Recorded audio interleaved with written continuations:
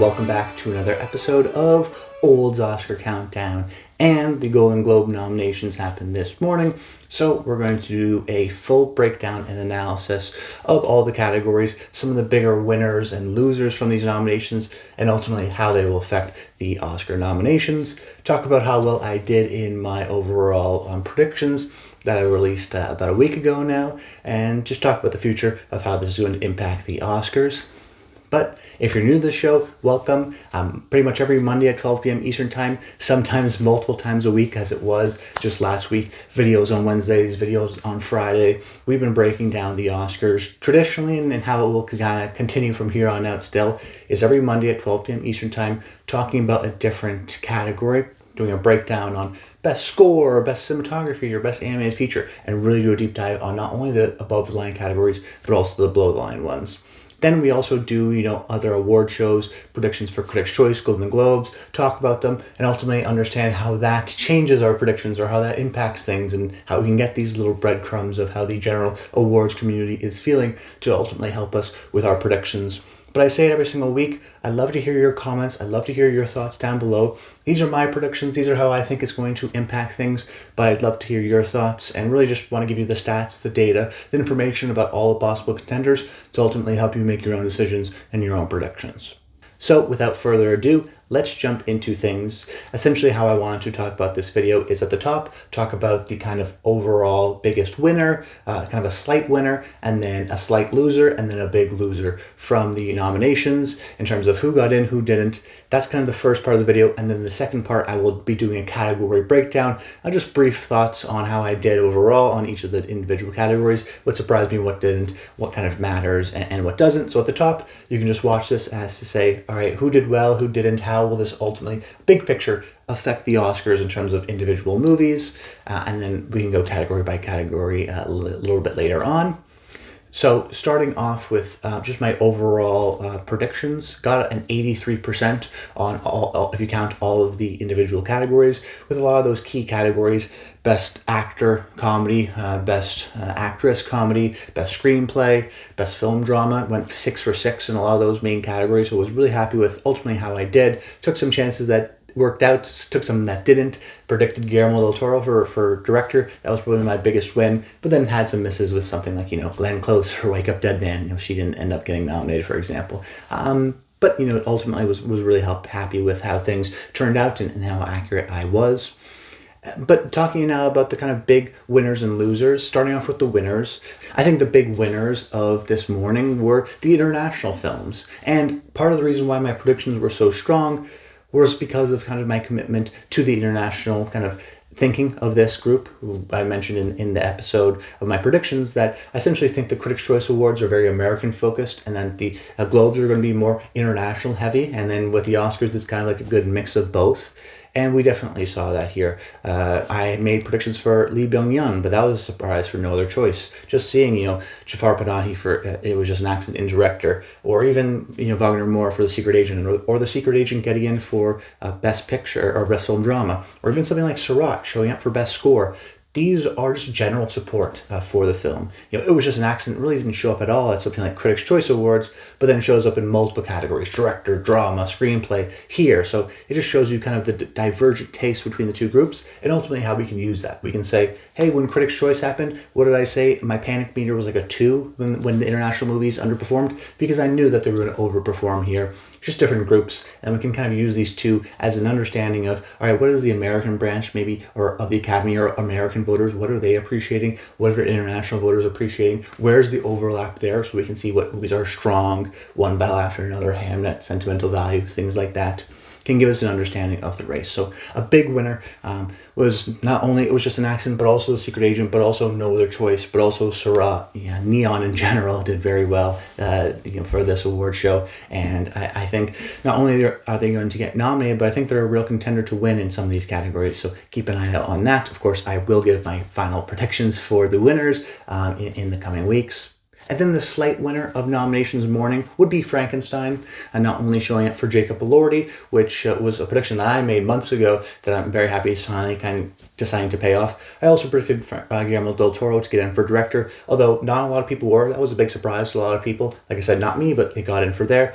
Oscar Isaac for Frankenstein got in, also got in for something like Score. So there is a general appreciation to me where at this point I see Frankenstein is a top 5 Best Picture contender. Guillermo del Toro is definitely contending for the Best Directing nomination at the Oscars, and it should easily get not only a Best Picture nomination, but multiple technical nominations. And I think right now, Jacob Elordi for Best Supporting Actor. Then, kind of like a slight, we'll go into the loser side of things. The slight loser would be something like Marty Supreme. I'm not concerned overall. I still think that it's going to get in for Best Picture and Best Screenplay because it still did overall pretty well here. Got in for Best Film Drama, got in for Best Film Comedy or Musical, got in for Screenplay, got in for Chalamet. But was surprised that neither of the 2 supporting actress contenders in Gwyneth Paltrow or Odessa Zion got in there. Was a little bit surprised that it didn't get in for Best Director. I hadn't predicted it, but I know a lot of people were.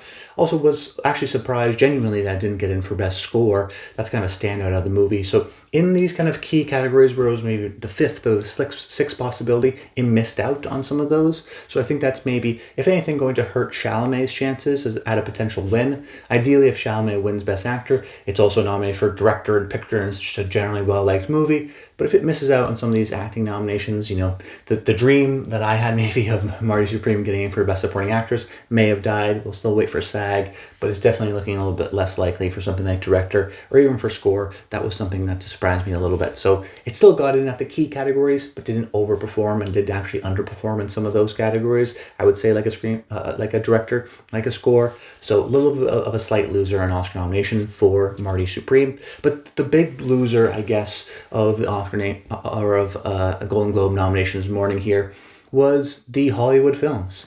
In particular, Avatar and Wicked for Good. These big budget sequels that were released late that we kind of penciled in for Best Picture nominations.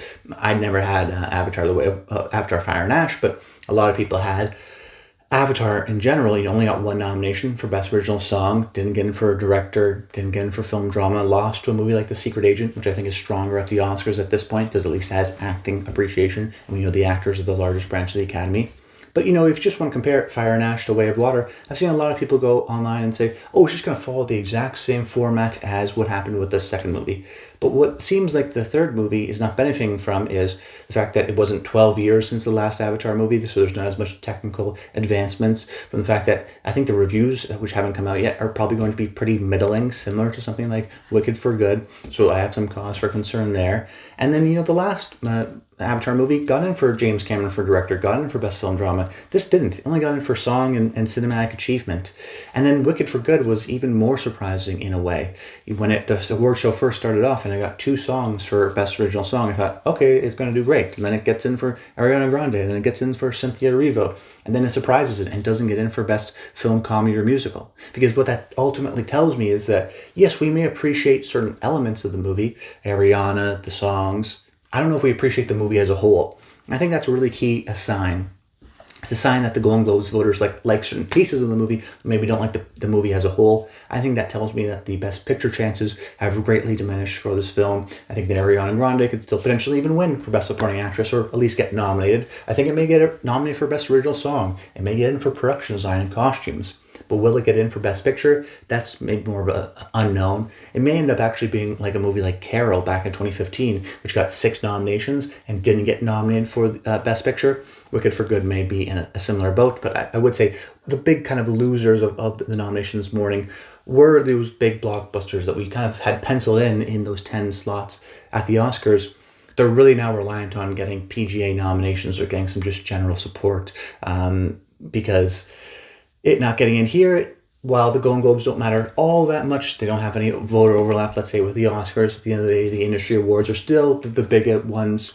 It is, I think, instrumental in saying the fact that they nominated in so many other categories and then didn't nominate it in Best Film, Comedy, or Musical, and in a category that didn't have a lot of competition. Blue Moon, Nouvelle Vague, Begonia. I'm not sure any of those movies get in for Best Picture. And yet it lost out to all those movies.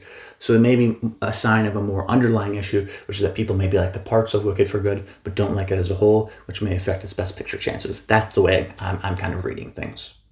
Okay, now let's just do a bit of a category breakdown. by category, give my kind of high-level brief thoughts to some of those individual nuances that I hadn't mentioned. Just taking a look at my notes here. So best film drama, went 6 for 6, chose Secret Agent over Avatar. Once again, an emphasis on the international films, going with The Secret Agent over something like Train Dreams or Avatar. I think it indicates that Secret Agent is probably a stronger Best Picture chances than both of those films. Best film comedy or musical. This was the big surprise of the night. I only went 3 for 6. Predicted No Other Choice correctly, kind of leaning into the international side of things, but Nouvelle Vague and Blue Moon and Begonia. Like I mentioned, the fact that Wake Up Dead Man didn't get in for Daniel Craig or Glenn Close, that movie's definitely out of the race. Maybe even a threat for something like screenplay. But then, some of these other movies, like I don't think Nouvelle Vague is going to be a real strong contender for Best Picture in general.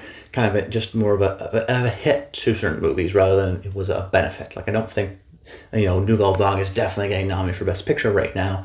But more so it's an indicator that, like, okay, Wicked for Good is maybe a little bit softer than we thought. Jay Kelly, another movie that I thought was kind of guaranteed to get it in here, a little bit weaker than we thought. Now, this is a different group than the Oscars. I do think the Oscars are going to appreciate a movie like Jay Kelly, but maybe its Best Picture chances aren't as clear as they once were. So the fact that it kind of underperformed there is more of a hurt, more of a loss to something like Jay Kelly than it is a win for a movie like Nouvelle Vague. Also, why is Nouvelle Vague get in for here, but then not something like Zoe Deutsch? That was kind of confusing for me. Best Actress in a Drama, I went to 4 for 6. So this was, not one of my better categories. I took kind of more bigger swings for something like I thought they would go for older actresses like Laura Dern, but they didn't. Interesting though, Eva Victor, I thought she was actually campaigning in Sorry Baby was campaigning in Best Comedy, but the fact that she got nominated for drama here was interesting. That kind of, I may have included her had I thought she was contending in that category, but definitely I was wrong on that one. Best Actor in a Drama, I went 5 for 6, and in hindsight probably should have included Oscar Isaac instead of someone like Daniel Day-Lewis, because I'd been so kind of betting on Frankenstein, and that was definitely the case here. So definitely, I mentioned earlier, an overperformance, a slight win for Frankenstein for sure, getting in for Isaac here, and then getting in for director as well for GDT.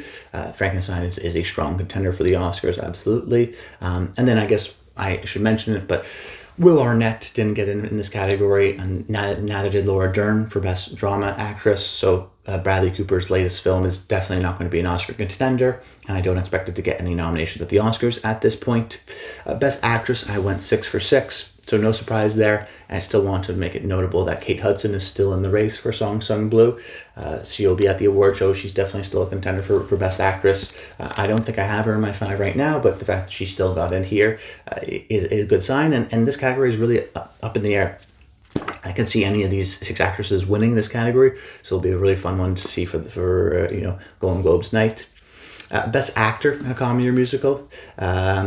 I also went 6 for 6 on this one, so no Daniel Craig, but no huge surprise there. And then Brendan Fraser and Rental Family is kind of officially dead for its Oscar chances.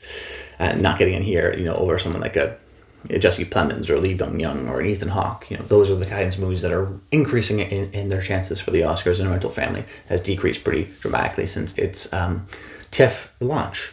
Best Supporting Actor, I went 6 for 6 here, so no other surprises on my side. And I do think that ultimately 5 out of these 6 men will get nominated at the Oscars. I think Adam Sandler is the one to be left out, but at least right now I think it's pretty clear that these are the kind of 6 contenders that will be showing up time and time again.